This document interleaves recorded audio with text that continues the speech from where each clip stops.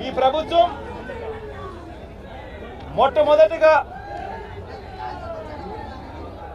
సాయంత్రం 4 గంటలకు హోంమంత్రి వచ్చి ప్రెస్ మీట్ను అడ్రస్ చేస్తూ తాను మాట్లాడినప్పుడు కూడా సహాయానికి సంబంధించి పర్యవేక్షించడానికి తాను అనకాపల్లికి వెళ్తున్నాను అన్న మాటల వాళ్ళ నోట్లో నుంచి రాలేదు. మరో గంట తర్వాత అంటే సాయంత్రం 5 గంటల ఆ ప్రాంతంలో కార్మిక శాఖ మంత్రి ఎవరి పరిధిలోకి వస్తుందో, ఈ డైరెక్టర్ ఆఫ్ ఫ్యాక్టరీస్ అనేది ఎవరి పరిధిలోకి వస్తుందో, ఈ కార్మిక శాఖ మంత్రి కూడా ప్రెస్ మీట్ పెట్టి ఎంతమంది చనిపోయారో తెలియలేదు అన్నాడు. వివరాలు లేవు అని మాట్లాడతాడు. తాను కూడా హుటాహుటిన అక్కడికి వెళ్ళాలి అనే తాపత్రయం కూడా చూపించడు. ఘటన జరిగిన తర్వాత ఘటన స్థలానికి కలెక్టర్ ఎప్పుడు పోయాడు, అధికారులు ఎప్పుడు పోయారు, కమిషనర్ ఎప్పుడు పోయారు అన్నది ఒక్కసారి గమనిస్తే ఇంకా బాధ కలిగించే అంశాలు. అధికార పార్టీకి సంబంధించిన నాయకులు ఎప్పుడు పోయారు అని చూస్తే ఇంకా బాధ కలిగించే అంశాలు. కనీసం ఘటన జరిగితే కనీసం అంబులెన్స్ను కూడా కనీసం మొబిలైజ్ చేసి ఆ ప్రాంతానికి తీసుకుని రాని పరిస్థితి. బాధితులు ఎవరైతే ఉన్నారో వాళ్ళందరినీ కూడా కంపెనీకి సంబంధించిన బస్సుల్లో తీసుకొస్తా ఉన్నారు, హాస్పిటల్లోకి తీసుకొని పోయే పరిస్థితి. నేను ఒకసారి తేడా గమనించమని అడుగుతా ఉన్నా.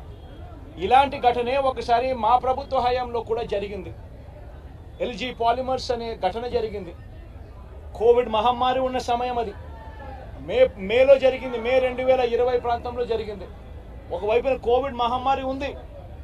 ఉన్నప్పటికీ కూడా ప్రభుత్వం ఎలా పలికింది, ఎలా స్పందించింది అని ఒకసారి కంపారిజన్ చేయాలి. ఆ ఘటన తెల్లవారుజామున రాత్రి 3:40 తెల్లవారుజామున 3:40కి ఆ ఘటన జరిగితే, తెల్లవారుజామున 3:40కి ఆ ఘటన జరిగింది. పట్టపగలు కాదు.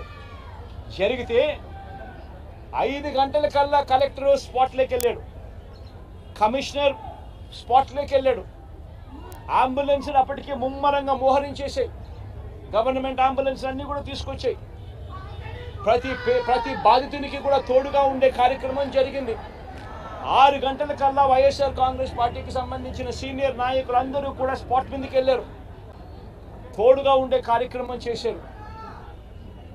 అదే రోజు 11 గంటల కల్లా, మధ్యాహ్నం కూడా కాదు, మధ్యాహ్నం కాకమునిపే 11 గంటల కల్లా ఏకంగా ముఖ్యమంత్రి అంటే నేనే ఏకంగా స్పాట్లోకి నేనే రావడం జరిగింది. స్పందించిన తీరు గమనించమని అడుగుతా ఉన్నా. వెంటనే 24 గంటల్లోనే ఏకంగా ₹1 కోటి కాంపన్సేషన్ ప్రకటించిన పరిస్థితులు గతంలో ఎప్పుడు జరగల.